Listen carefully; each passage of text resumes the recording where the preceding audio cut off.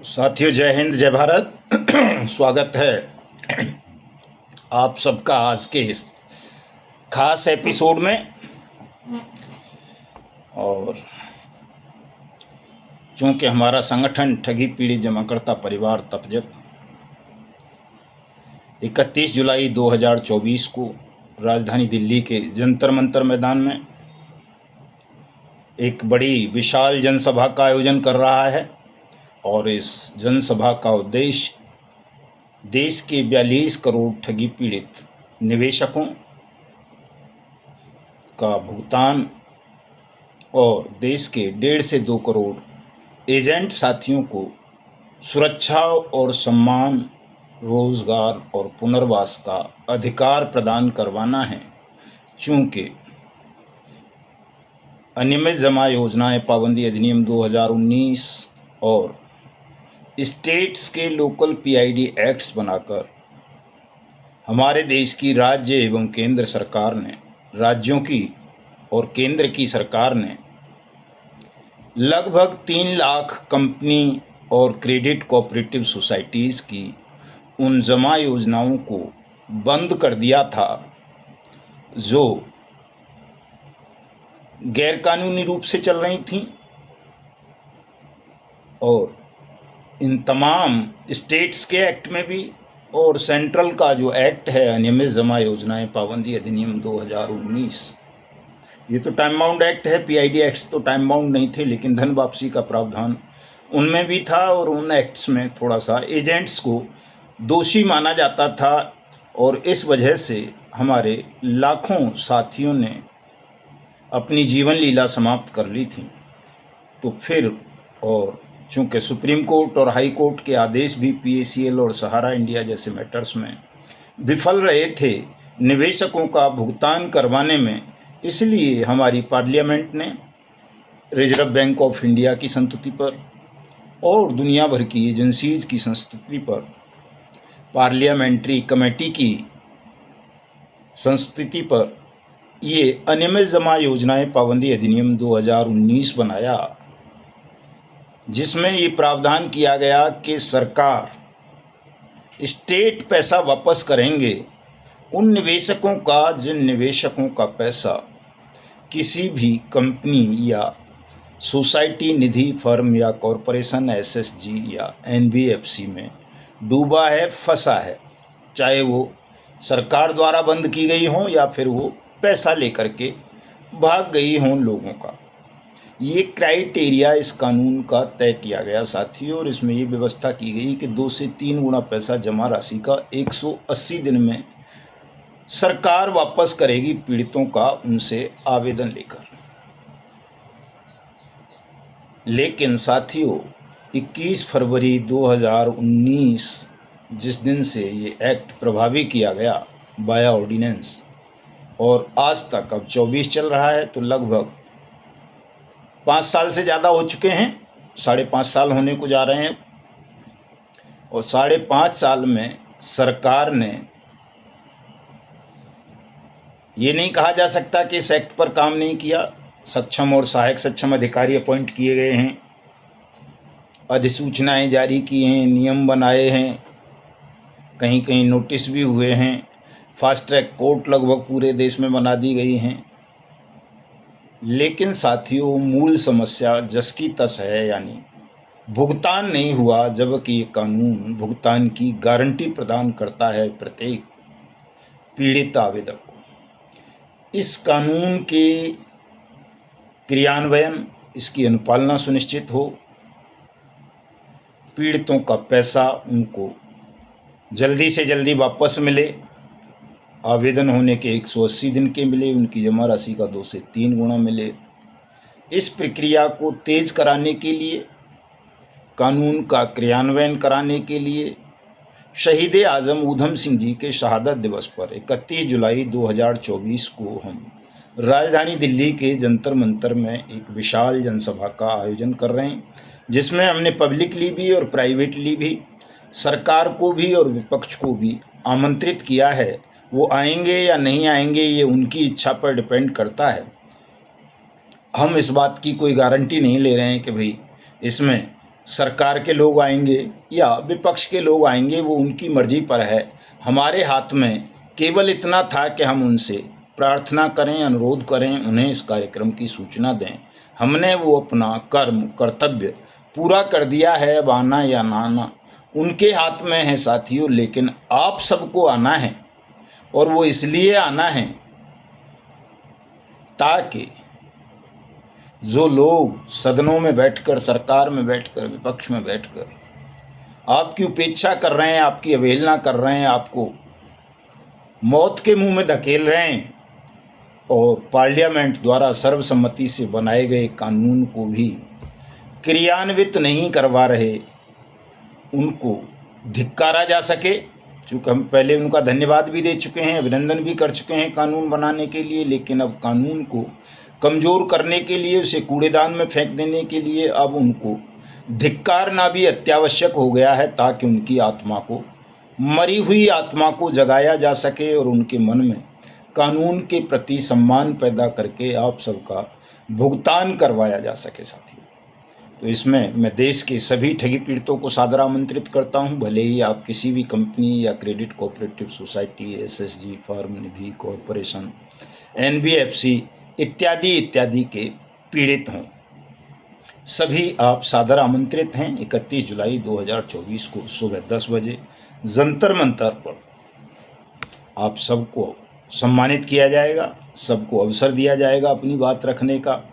और यदि 31 जुलाई को सरकार आकर के आपके भुगतान की गारंटी नहीं लेती है, तो उसी दिन साथियों ऐलान कर दिया जाएगा देश भर में एक राष्ट्रव्यापी असहयोग आंदोलन का। उसी दिन तिथि तय कर देंगे और नियम भी बना देंगे कि कैसे हमको उस राष्ट्रव्यापी आंदोलन को संचालित करना है, और तब तक उस आंदोलन को जारी रखना है जब तक कि देश के एक एक ठगी पीड़ित आवेदक का भुगतान अनियमित जमा योजनाएं पाबंदी अधिनियम 2019 के अंतर्गत सरकार कर नहीं देती है।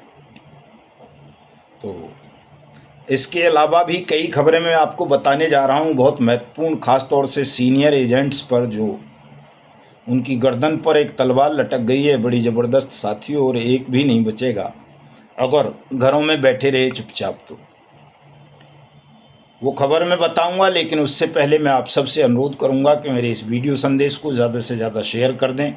जिन साथियों ने हमारे YouTube चैनल को अभी तक सब्सक्राइब नहीं किया है, वो इसे सब्सक्राइब कर दें, ताकि आपको घर बैठे अपडेट मिलती रहे, मार्गदर्शन मिलता रहे। लाइक और कमेंट भी कर दें, और पूरे वीडियो को बहुत ध्यानपूर्वक तमाम साथी सुनना। साथियों, खबर है साइंस सिटी ठगी प्रकरण हुआ है, लगभग 60,000 करोड़ का ठगी प्रकरण है, और राशिद नसीम इसका सीएमडी था, और वो दुबई भाग गया है। दुबई में बैठ के, भाग नहीं गया है मतलब दुबई में बैठ के अपने कारोबार को संचालित कर रहा है। पहले वो हिंदुस्तान में ही रहता था, लेकिन और इस कंपनी में देश के हज़ारों आईपीएस, आईएएस, पीसीएस ऑफिसर्स का भी पैसा डूबा हुआ है साइंस सिटी में। चूँकि रियल एस्टेट के नाम पर, गोल्ड के नाम पर, और कई सारे, मतलब मोटा इन्वेस्टमेंट का खेल था इसका, और इसमें बहुत सारे हमारे फौजी भाई भी फंसे हुए हैं साथियों। तो इसी से संबंधित एक घटना आई है। ईडी ने कार्रवाई करते हुए इसके एक सीनियर एजेंट को अरेस्ट कर लिया है, और उसकी प्रॉपर्टी को भी सीज कर दिया है। और इस सीनियर एजेंट का नाम साथियों हिमांशु है। इससे पहले भी एक सीनियर एजेंट थी इसकी, क्या नाम था उसका, शशि शायद नाम था, उसको, एक और अभिषेक था, उसको अरेस्ट किया गया है। और इससे पहले भी साथियों एजेंट्स के खिलाफ, सीनियर एजेंट्स के खिलाफ, साधारण एजेंट्स के खिलाफ भी मुकदमे दर्ज होते रहे पीआईडी एक्ट्स में, आईपीसी की धाराओं में। और तो नई भारतीय न्याय संहिता 2023 आ गई है, जिसमें तमाम ऐसे लोगों को आरोपी बनाने का प्रोविज़न कर दिया गया है जो भी जानबूझकर किसी पंजी स्कीम से या पिरामिड स्कीम या आर्थिक अपराध से जुड़ी गतिविधि का संचालन करेंगे या उसका प्रचार प्रसार करेंगे, भले ही वो कोई सेलिब्रिटी हो, कोई खिलाड़ी हो, कोई राजनेता हो या जनसाधारण हो, सबके लिए है वो भारतीय न्याय संहिता में। तो लेकिन ये जो खबर साइंस सिटी से जुड़ी है, ये बहुत खतरनाक है साथियों।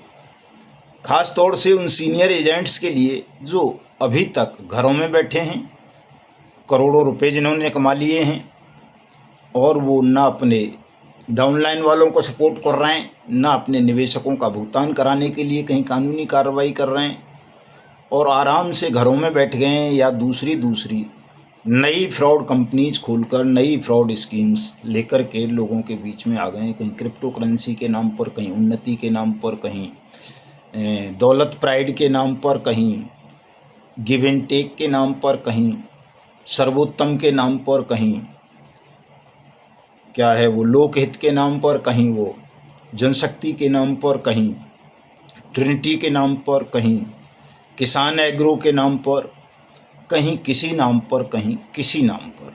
तो ऐसे जो सीनियर एजेंट्स हैं जिन्होंने करोड़ों रुपए कमाया है, और जब ईडी छापेमारी कर रही है और मनी ट्रेल मिल रही है कि 1 करोड़ उस एजेंट के पास गया, 50 लाख उस एजेंट के पास गया, तो उनके भी गिरफ्तारी की जा रही है। और उनके यहाँ भी जो उन्होंने प्रॉपर्टीज इस पैसे से कमाई हैं निवेशकों से, निवेशकों के धन से, उनकी भी प्रॉपर्टी सीज होंगी, नीलाम होंगी, ताकि निवेशकों का पैसा वापस सरकार कर सके। साथियों, कई सीनियर एजेंट और कंपनीज के भी ब्रांच मैनेजर तो होता ही अपराधी है। किसी भी कंपनी या क्रेडिट कोऑपरेटिव सोसाइटी का जो भी मैनेजमेंट से जुड़े लोग हैं, संचालन में सम्मिलित हैं, वो सभी अपराधी होते ही हैं, दोषी होते ही हैं। लेकिन ये सीनियर एजेंट भी अब रडार पर आ गए हैं। इसलिए साथियों, अब समय आ गया है कि सीनियर एजेंट भी अपनी बेगुनाही सिद्ध करने के लिए सड़कों पर उतरें, अपनी डाउनलाइन के लोगों को कोऑपरेट करें, अपने निवेशकों का और अपनी डाउनलाइन वाले एजेंट्स के निवेशकों का भुगतान करवाने के लिए कानूनी कार्रवाई में सम्मिलित हों। अन्यथा आपके दिन बहुत बुरे आ सकते हैं। चूँकि तमाम निचली एजेंट जो हैं, वो तमाम निवेशक कहते हैं साहब एजेंटों के खिलाफ़ कार्रवाई करवाइए, सीनियर्स के खिलाफ़ करवाइए। साथी, हम नहीं चाहते कि ठगों के चक्रव्यूह में हमारे निवेशक या नीचे के एजेंट्स फंस जाएं और वो आपस में लड़ते रहें और ठग मौज करते रहें। लेकिन बहुत बार हमने आपको समझाया है, बताया है, उसके बावजूद भी बहुत सारे साथियों की बात समझ में नहीं आती है। वो अपने आज भी काले कारोबार में लगे हुए हैं, गलत धंधों में लगे हुए हैं। तो इमीडिएट आप सब इन धंधों को छोड़ दें साथियों। चूँकि अब तो सजाए मौत का प्रोविज़न भी कर दिया गया है कानून में आर्थिक अपराधों के लिए, ठग स्कीम्स के लिए। तो इसलिए आप सब अब इस गलीच धंधे को छोड़कर ईमानदारी से इस लड़ाई को लड़ें, ताकि देश के 42 करोड़ पीड़ितों का भुगतान कराया जा सके। दूसरी एक साथियों खबर आई है, बड़ी हंसने वाली खबर है कि कल केंद्रीय गृह एवं सहकारिता मंत्री अमित शाह ने संसद में बताया है कि ये जो फेक पोर्टल इसने लॉन्च किया, वो सहारा CRC पोर्टल, इसके माध्यम से उसने 362 करोड़ रुपए लोगों को वापस कर दिए हैं, निवेशकों को। अभी किसको किए हैं, ऐसा हमको आज तक कोई मिला नहीं जो ये कहे कि साहब हमें सहारा CRC पोर्टल से 5 रुपये भी वापस मिल गए हैं। लेकिन अब गृह मंत्री कह रहा है, पार्लियामेंट में कह रहा है, तो हो सकता है उसकी बातों में सत्यता भी हो। लेकिन बताना कोई साथी अगर किसी को मिल गए हों इसके द्वारा माध्यम से पैसे, तो हम तो साथियों इसको गैर कानूनी कदम बताते हैं सरकार का, कि सुप्रीम कोर्ट ने और सेंट्रल गवर्नमेंट ने अपने विवेकाधिकारों का दुरुपयोग करते हुए ये गैर कानूनी रूप से सहारा CRC पोर्टल की स्थापना की, ताकि भुगतान की गारंटी के अधिकार, अनियमित जमा योजनाएं पाबंदी अधिनियम को कमज़ोर किया जा सके और लोग इसका इस्तेमाल ना करें। चूँकि सहारा का मामला ताज़ा था, 13 से 14 करोड़ तक निवेशक हैं उसके, उनका घाव गहरा था, दर्द दाजा था, वो ज़्यादा शोर शराबा कर रहे थे। तो उनके उस शोर को, क्रोध को शांत करने के लिए एक गैर कानूनी पोर्टल सरकार ने एक तरह से कहें तो गुंडागर्दी से स्थापित कर दिया, ताकि आपको रोका जा सके व्हाट्स एक्ट 2019 का उपयोग करने से। साथियों, तो अभी भी समय है। चूँकि सुप्रीम कोर्ट का ये आदेश था कि 9 महीने के अंदर अंदर 5,000 करोड़ रुपए वितरित कर दिया जाएगा, तो आप समझ सकते हो कि 1 साल से ज़्यादा हो गया है। चूँकि जब पिछले साल 31 जुलाई को हम जंतर मंतर पर कार्यक्रम कर रहे थे, तो उससे पहले ये पोर्टल लॉन्च हो गया था। और 1 साल से ज़्यादा समय हो गया और 5,000 करोड़ में मात्र 362 करोड़ रुपए अभी तक, अगर इस बात को सच भी मान लें अमित शाह की को हम, तो बांटा गया है 5,000 करोड़ को आप 362 करोड़ से डिवाइड कर देंगे तो पता चला 50 साल भी 5,000 करोड़ बटेगा नहीं और आप तब तक मर खप जाएंगे, भूल जाएंगे, बट्स एक्ट का उपयोग नहीं करेंगे और ठगों की और बेईमानों की बल्ले बल्ले होती रहेगी साथियों। इसलिए अगर आपको ठग और बेईमानों से मुक्त हिंदुस्तान चाहिए, शासन प्रशासन चाहिए, अपना भुगतान चाहिए, तो सब एकजुट हो जाएं। मैं पहले भी प्रयास कर चुका हूं, हमारे संगठन ने पहले भी प्रयास किया है, तमाम संगठनों को, तमाम कंपनीज के पीड़ितों को मंच पर स्थान दिया है, संगठन में स्थान दिया है, बड़े बड़े कार्यक्रम किए हैं, लेकिन दूसरे साथी कभी कोई ऐसा प्रयास कर नहीं सके हैं। तो मैं फिर से 31 जुलाई 2024 के कार्यक्रम में तमाम ठगी पीड़ितों को, चाहे वो किसी भी कंपनी के हों, इनके लिए काम करने वाले जो भी संगठन हों, उन सबको अपने कार्यक्रम में ससम्मान सादर आमंत्रित करता हूं कि अगर आपके मन में अंश मात्र भी पीड़ितों का भुगतान कराने की भावना है तो इस कार्यक्रम में आइए। पीड़ितों का भुगतान नहीं कराना है, आपको अपनी नेतागिरी चमकानी है, चंदे का धंधा करना है, तो वो उसके लिए आप स्वतंत्र हैं, आप हमारा विरोध भी कर सकते हैं साथियों। तो हम अपनी तरफ से लेकिन अपने कर्तव्य की पूर्ति कर रहे हैं कि आपको सबको आमंत्रित कर रहे हैं अपने इस कार्यक्रम में, ताकि हम इस कार्यक्रम को एक विशाल रूप देकर सरकार पर एक नैतिक दबाव बना सकें, ताकि सबका जल्दी से जल्दी भुगतान हो। चूँकि कार्यक्रम विशाल है, बड़ा है, उसकी तमाम तैयारियां चल रही हैं, देश भर में इन्वेस्टिगेशन शुरू हो चुका है। ये असर हुआ है आपके 2 जुलाई से 16 जुलाई तक जो आपने ज्ञापन दिए सरकार को, अपने जिला कलेक्टर्स को, एसपी को, पुलिस को, उन पर बहुत तेज़ी के साथ अब शासन ने कार्रवाई आरंभ कर दी है। और 31 जुलाई का जो कार्यक्रम है आपका, वो ऐतिहासिक कार्यक्रम होने जा रहा है साथियों। इसलिए उसमें कुछ खर्चों की भी आवश्यकता पड़ रही है। तो जिन साथियों ने अभी तक कोई सहयोग राशि हमको प्रदान नहीं की है, वो सहयोग राशि अवश्य भेज दें, ताकि कार्यक्रम की विशालता को शांतिपूर्ण ढंग से व्यवस्थित रखा जा सके और किसी को कोई दिक्कत, ट्रबल नहीं आने दी जा सके। तो जो साथी हमको आर्थिक सहयोग करना चाहते हैं इस कार्यक्रम में, वो हमारा गूगल पे, फ़ोन पे, UPI जो है, जिस पे वो नंबर नोट कर लें, 95 60 47 90 48, डिस्क्रिप्शन में भी दूंगा। इस नंबर पर आप सहयोग भेज सकते हो, वैसे तो सहयोग राशि भेज सकते हो अपनी, ताकि हम इस कार्यक्रम को आपकी इच्छाओं के अनुरूप संपन्न कर सकें। मैं अपना स्कैनर भी व्हाट्सएप ग्रुप में दे दूंगा, वहाँ से ले लें, हमारे संगठन के साथियों से ले लें। और हमारे जो संगठन के साथी हैं वो ज़्यादा से ज़्यादा साथियों को 31 जुलाई को दिल्ली लाने की कोशिश करें, योजना बनाएं। तमाम साथी कर रहे हैं, जो कर रहे हैं उन सबका बहुत बहुत धन्यवाद, आभार कि आपने इस कार्यक्रम को ऐतिहासिक और अद्भुत बनाने का जो प्रण लिया है। परमात्मा आपके इस प्रण की रक्षा करेंगे और निश्चित रूप से 31 जुलाई 2024 का कार्यक्रम, आपका कार्यक्रम भव्य होगा, विशाल होगा, ऐतिहासिक होगा और हिंदुस्तान के 42 करोड़ ठगी पीड़ितों के भुगतान में ये माइलस्टोन, मील का पत्थर सिद्ध होगा। तो तमाम साथी मेंबरशिप बढ़ाएं बहुत तेज़ी के साथ, कार्यालय स्थापित करें जगह जगह ठगी पीड़ित जमाकर्ता परिवार के, और इस आयोजन को प्रचारित प्रसारित करें, मौखिक भी और सोशल मीडिया के माध्यम से भी, ताकि हम अपने लक्ष्य को जल्दी से जल्दी हासिल कर सकें। मिलता हूं कल। जय हिंद, जय भारत साथियों।